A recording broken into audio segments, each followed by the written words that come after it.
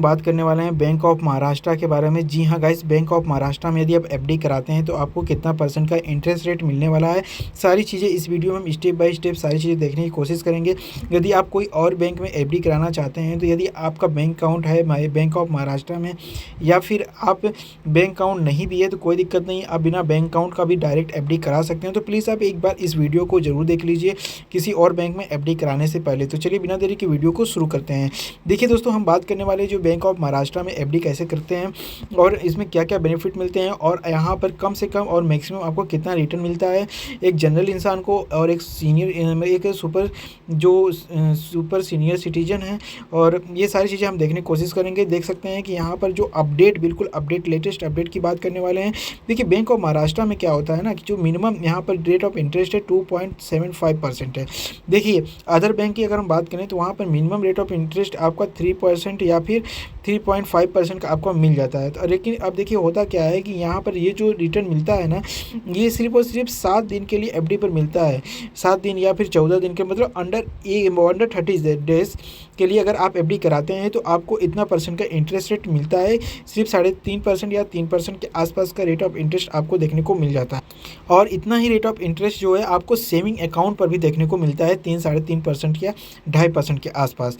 अगर वहीं आप हम बात करें कि एफडी अकाउंट पर कितना मिलता है, तो एफडी अकाउंट पर अगर हम बात करें तो यहाँ पर अगर 1 साल के लिए एफडी कराएंगे तो यहाँ पर आपको 7.5% या फिर 7%, 7.25% के आसपास का आपको रेट ऑफ इंटरेस्ट मिल जाता है। और मैक्सिमम जो सीनियर सिटीजन या सुपर सीनियर सिटीजन होते हैं उनको करीब 8.5%, मतलब कि 8.5% तक का उनको रेट ऑफ इंटरेस्ट मिलता है। अगर हम बात करें गाइस, यहाँ पर अगर आप देखें तो नीचे अगर हम यहाँ पर आप देख सकते हैं कि अगर आप 30 दिन के लिए अगर एफडी कराते हैं तो जैसे कि मैंने आपको बताया अंडर 30 डेज मतलब 7 दिन से लेकर 30 दिन के लिए एफडी कराते हैं तो आपको मिलने वाला है करीब 0.3% का। यदि आप 45 दिन के लिए एफडी कराते हैं तो यहाँ पर मिलने वाला है आपको 3%। 90 दिन के लिए एफडी कराते हैं तो मिलने वाला है आपको 0.5%। यदि आप 119 दिन के लिए एफडी कराते हैं तो यहाँ पर देख सकते हैं 119 दिन मतलब कि अगर आप करीब 4 महीने के लिए एफडी कराते हैं तो यहाँ पर मिलने वाला आपको 5%। यदि आप 6 महीने के लिए एफडी कराते हैं तो यहाँ पर मिलेगा आपको 5.25%। यदि आप 1 साल से कम और 6 महीने से अधिक के लिए एफडी कराते हैं तो मिलेगा 0.6%।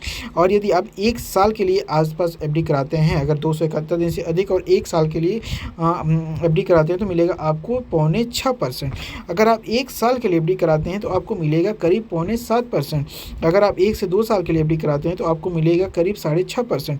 अगर 2 से 3 साल के लिए एफडी कराएंगे तो आपको मिलेगा करीब 6.5%। देखिए दोस्तों, यहाँ पर क्या है ना कि जो आप देख रहे होंगे कि जो बहुत ज़्यादा कम मतलब इंटरेस्ट रेट आपको देखने को मिल रहा है, मतलब कि आपको सिर्फ और सिर्फ करीब 6.5% का ही इंटरेस्ट रेट मिल रहा है। क्योंकि देखिए जो इन्फ्लेशन ही है, मात्र मान के चलिए 6.5% का इन्फ्लेशन ही चल रहा है। मतलब 6.5% से मतलब 5.5% या 6% या 6.5% के आसपास का तो आपका महंगाई बढ़ रही है, और यहाँ पर हमें इतना ही परसेंट का अगर रेट ऑफ इंटरेस्ट मिल रहा है तो क्या मतलब है। लेकिन फ़िलहाल के लिए जो भी है फिर भी कम है। लेकिन हम आपसे एक बात और कहना चाहेंगे, एक चीज़ यहाँ पर ध्यान दीजिएगा कि देखिए हर एक बैंकों में क्या होता है ना, हर एक बैंकों में एक स्कीम चलती है, जैसे कि 200 दिन का, यहाँ पे 400 दिन का, 300 दिन का, या फिर आपको 111 दिन का, 121 दिन का, या फिर आपको 555 दिन का, 444 दिन का, मतलब 400 दिन का, 500 दिन का, मतलब अलग अलग टाइप के यहाँ के बहुत सारी स्कीमें चलती रहती हैं इस तरीके के नंबर में, जो इतने खुद डेज में। इसमें क्या होता है ना, जो स्कीम होती है ना उसमें फ़िक्स रेट ऑफ इंटरेस्ट मिलता है। फ़िक्स मतलब सबसे हाई रेट ऑफ इंटरेस्ट मिलता है। लेकिन ये जो डेज़ होते हैं ना, उस डेज़ में यदि आप एक दिन एक्स्ट्रा अगर ऐड करके करते हैं, जैसे कि 500 डेज़ के लिए एफडी चल रही है, किसी पर आपको मिल रहा है 8% का रेट ऑफ इंटरेस्ट। अगर आपने उसे 501 दिन के लिए अगर एफडी जमा कर दिया, या 499 दिन के लिए अगर आपने एफडी जमा कर दिया, तो आपको ये 8% का रेट ऑफ इंटरेस्ट नहीं मिलेगा। ये चीज़ समझ में गया, ये चीज़ें समझ गए होंगे। तो चलिए अगर हम बात करें तो आप किसी भी बैंक में जाइए तो वहाँ पर सबसे पहले आप अपना जो भी बैंक ओनर है, जो ब्रांच मैनेजर है, या जो भी आपका एफडी कर रहा है, उसको ये चीज़ें समझ लीजिएगा कि आपके पास कोई स्कीम चल रही है जो फिक्स डेट की है, जैसे कि 444 दिन, 555 दिन, 200 दिन, 400 दिन, 300 दिन, ऐसी कोई स्कीम चल रही है तो आप उसी में इन्वेस्ट करिए। क्योंकि आप देख रहे हैं कि आप 400 दिन के लिए अगर यहाँ पर देख सकते हैं 400 दिन के लिए अगर आप स्कीम में इन्वेस्ट करते हैं तो 7.1% का आपको रेट ऑफ इंटरेस्ट मिल रहा है। वहीं अगर आप बात करें यहाँ पर 7.1% कहीं पर भी आपको देखने को नहीं मिलने वाला है। तो समझ सकते हैं कि हर बैंकों में इस तरीके की स्कीम गाइस ये चीज़ें आपको पता होता नहीं है, लेकिन ये स्कीम हर बैंकों में चलती है। और दूसरी बात यहाँ पर आप देख सकते हैं कि ये जो है, ये जो डेटा है ना, बिल्कुल अपडेटेड डेटा है, करीब 8 जुलाई 2024 का डेटा है, मतलब कि उस समय इसे अपडेट किया गया था, ये जो रेट ऑफ इंटरेस्ट है। बाकी का अभी तक जो 2025 चल रहा है, 2025 में कोई भी नया अपडेट, इंटरेस्ट अपडेट का कोई भी नया अपडेशन नहीं आया हुआ है। अगर आएगा तो हम तुरंत आपको अपडेट करके बता देंगे गाइस। तो गाइस आप समझ गए होंगे मैं कहना क्या चाहता हूँ। देखिए दोस्तों, अगर बैंक ऑफ महाराष्ट्र में आप एफडी कराते हैं तो आपको क्या क्या फ़ायदा है। जैसे हर महीने, हर 3 महीने या 6 महीने पे जब चाहें तब पैसे को निकाल सकते हैं। कौन सा पैसा? इंटरेस्ट का पैसा, ना कि आपका जो एफडी कैपिटल ने आपने जमा किया है, अपना मूल कैपिटल अमाउंट नहीं निकाल सकते हैं। अगर निकालते हैं तो यहाँ पर आपको 0.5% से लेकर के 1% तक का आपको पेनाल्टी लग जाएगी। और दूसरी बात, अगर हम बात करें यहाँ पे, अगर मैक्सिमम जो कितने साल के लिए पैसे को जमा कर सकते हैं, तो मैक्सिमम आप 10 साल के लिए पैसे को जमा कर सकते हैं। और न्यूनतम कितना अमाउंट एफडी में जमा कर सकते हैं, तो न्यूनतम आप 1000 रुपये बहुत ही आसानी से एफडी में जमा कर सकते हैं। सो गाइस, अगर हम बात करें एलिजिबिलिटी क्राइटेरिया की, देखिए एफडी कौन कौन कर सकता है। जैसे कि अगर आप भारत के निवासी हैं तो आप एफडी कर सकते हैं।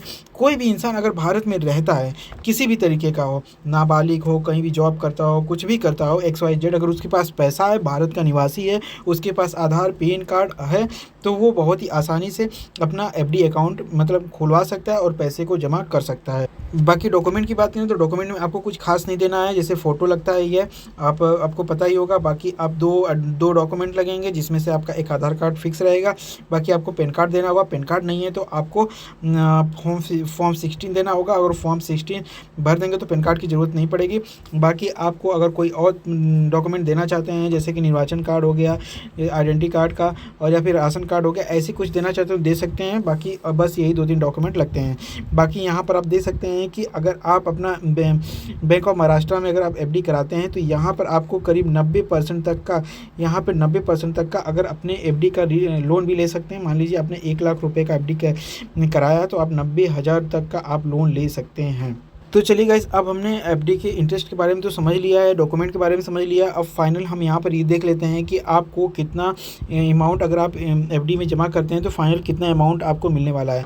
मान लीजिए आपने 3 लाख रुपए एफडी में जमा किया, 3 लाख रुपए पे आपको करीब 7.4% का आपको इंटरेस्ट रेट मिल रहा है। 3 साल के लिए आपने एफडी किया है, तो यहाँ पर आप देख सकते हैं 3 लाख पर 3 साल के लिए आपको 73,812 रुपये मिलने वाले, मतलब फाइनल अमाउंट आपको 3,73,812 रुपये मिलेगा। वहीं पर आपने 3 लाख रुपये के लिए आपने एफडी कराया है, 7% के हिसाब से आपको इंटरेस्ट मिलने वाला है। 3 साल के लिए आपको इंटरेस्ट मिलेगा, 3 लाख पर आपको मिलेगा कितना, 69,432 रुपये, मतलब कि टोटल अमाउंट आपको फाइनल मिलने वाला है 3,69,432 रुपये।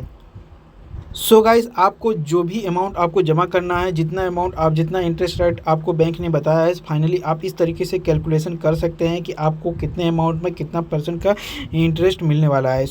और अगर आपको ये कैलकुलेटर चाहिए तो गूगल पे लिख लीजिएगा एफडी कैलकुलेटर। बहुत सारे कैलकुलेटर कंपनी के ओपन हो जाएंगे। ये बेसिकली ग्रो एप्लीकेशन का कैलकुलेटर है, तो ग्रो एप्लीकेशन से ही मैं कैलकुलेट किया हूँ।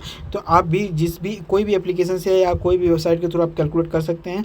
आई होप कि वीडियो पसंद आई होगी। वीडियो पसंद आई हो प्लीज़ वीडियो को लाइक, चैनल को सब्सक्राइब करिए। मिलते हैं नेक्स्ट वीडियो में, तब तक के लिए नमस्कार, जय।